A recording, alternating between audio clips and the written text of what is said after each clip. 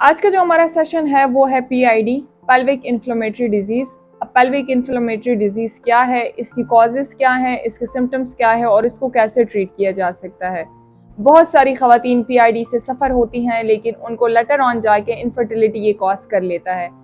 ये permanent reproductive जो organs होते हैं फीमेल्स के, ये कम्प्लीटली डैमेज कर देता है। अब उसके सिम्टम्स क्या है? क्लैमाइडिया है क्या चीज़? क्लैमाइडिया असल में बैक्टीरियल, स्ट्रॉन्ग बैक्टीरियल डिजीज़ है जो कि सेक्सुअली ट्रांसमिटेड है।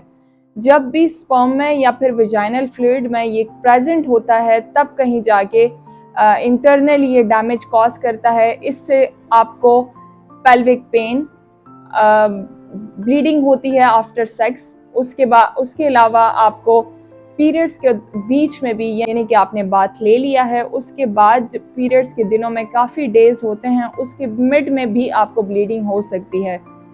इसके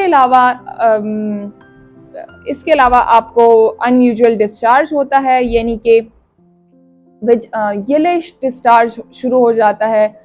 ऑल टाइम आपको एक बहुत गंदी स्मेल होती है, उसमें एक बैड ऑर्डर रहता है। एक्टोपिक प्रेगनेंसी कॉज करता है। एक्टोपिक प्रेगनेंसी यानी कि आपका जो बच्चा होता है वो यूजुअली यूट्रस में बनता है। बच्चे की ग्रोथ यूट्रस की बजाय ओवरी में या फिर ट्यूब में ही बनना शुरू हो जाती है, यानी कि एक्टोपिक प्रेगनेंसी की तरफ जाता है। इसके अलावा आपको पेन रहता है, abdominal pain, severe abdominal pain रहता है। प्रेगनेंसी में बहुत सारी कॉम्प्लिकेशंस आती हैं आपको।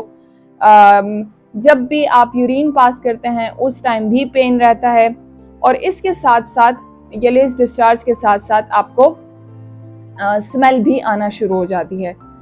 अब ये क्या कॉज कर सकता है आगे जाके? ये आपको प्री टर्म लेबर की तरफ लेके जाता है, यानी कि वक्त से पहले ये डिलीवरी की वजह बनती है। उसके साथ साथ ये लो बर्थ वेट, यानी कि बच्चे का वजन भी कम रहता है। उसके साथ साथ पेल्विक पेन रहता है, यानी कि आपका जो एब्डोमेन का हिस्सा है उसमें हर वक्त दर्द, शदीद दर्द रहता है। कमर दर्द की शिकायत रहती है। इसके साथ साथ आपको प्रेगनेंसी में कॉम्प्लिकेशंस आ सकती हैं। प्रेगनेंसी कंसीव नहीं कर पाते, और अगर प्रेगनेंसी कंसीव कर लेते हैं तो ये प्री टर्म लेबर या फिर अबॉर्शन की तरफ लीड करता है।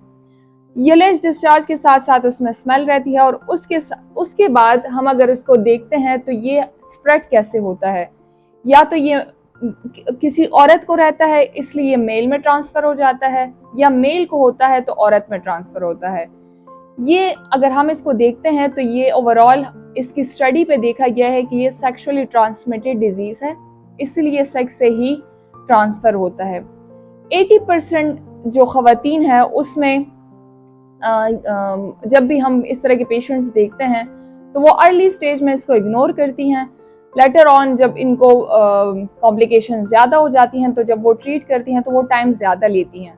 इसलिए जब भी आपको पेल्विक पेन हो या इस तरह के सिम्टम्स हो, तो उस तरह के पेशेंट को हम एंटीबायोटिक की डोज देते हैं। यूजुअली मैं पेशेंट को एज़िथ्रोमाइसिन एडवाइस करती हूँ फॉर 14 डेज।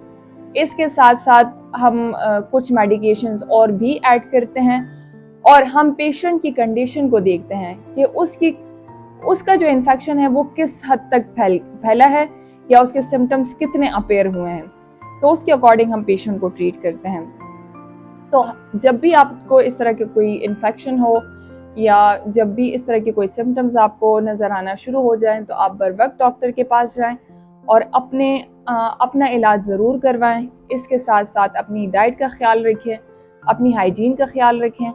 और जब भी इस तरह के सिम्टम्स होते हैं तो हम पेशेंट को, दोनों कपल को टेस्ट एडवाइस करते हैं, और दोनों को सेक्सुअली ट्रांसमिटेड डिजीज़ की स्क्रीनिंग करते हैं। अगर मेल में है तो मेल को ट्रीट करते हैं, अगर फीमेल में है तो फीमेल को ट्रीट किया जाता है। अगर आपको भी इसमें से कोई सिम्टम्स हैं तो आप मुझसे डायरेक्ट कांटेक्ट कर सकते हैं। आप मुझसे कमेंट सेक्शन में भी पूछ सकते हैं।